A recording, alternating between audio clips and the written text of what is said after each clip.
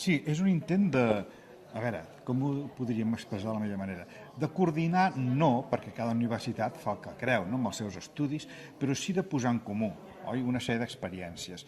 També hem detectat, per una banda, que la gent que treballa en aquest camp específic de la premsa comarcal i local té necessitat de posar al dia a nivell universitari. Per això també s'han creat estudis, i es creen, no?, de postgrau, no?, que la gent que treballa en aquestes publicacions tingui el suport universitari de posar-se al dia, de portar més coneixements, adquirir més coneixements.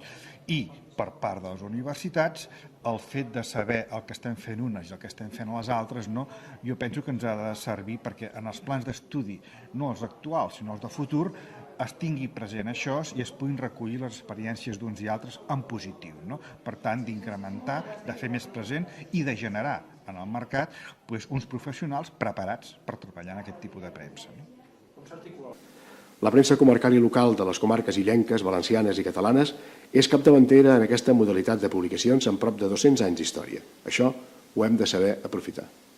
Pretenem també que aquesta plataforma generi projectes i plans per desenvolupar en un sector ple de dinamisme, tot i la crisi actual, i de gran importància per a la consolidació territorial.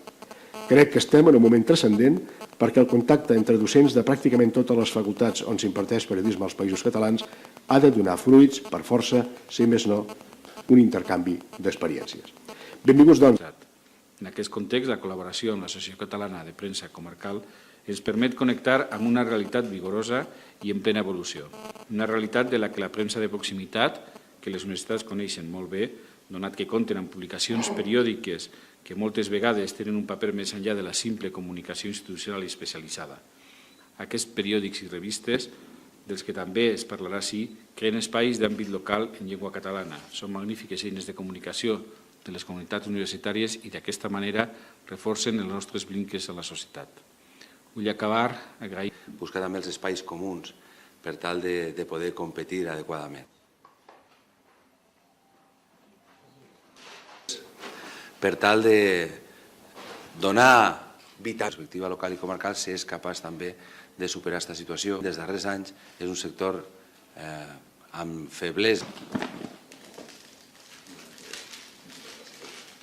Molt bonic.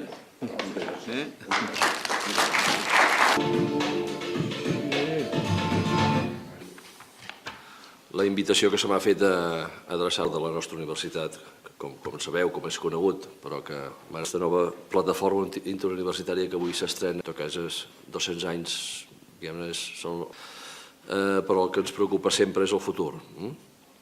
Per tant, per aquest motiu vaig titular la meva intervenció d'avui la premsa o amb temor, i si és percebut amb esperança es pot, l'exemple més clar i l'exemple que té més que veure amb la història. I com deia llavors l'Assemblea de Catalunya per a altres nacionalitats i regions, recordar bé quin era el plantejament de les coses, la previsió de com havia de ser el futur no contemplava gran que va existir, però mai va ser potent.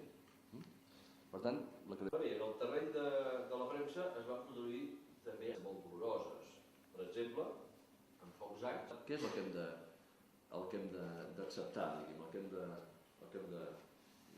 posar sobre la taula i assumir com a tot anar a ser els tres grans projectes del moment, estic parlant de 1978 i 1979, és a dir, el 9-9 de Vic, la José de Barrés, un diari de Girona, situem-nos a aquest punt per valorar el que ha vingut després, per valorar l'èxit després, per valorar el salt endavant de després. L'aparició del concepte de premsa comarcal a les ciutats autònomes de l'estructura territorial que qualla, que ja té gruix, és el que coneixem com a la premsa que es publiqui o s'hagi publicat a poblacions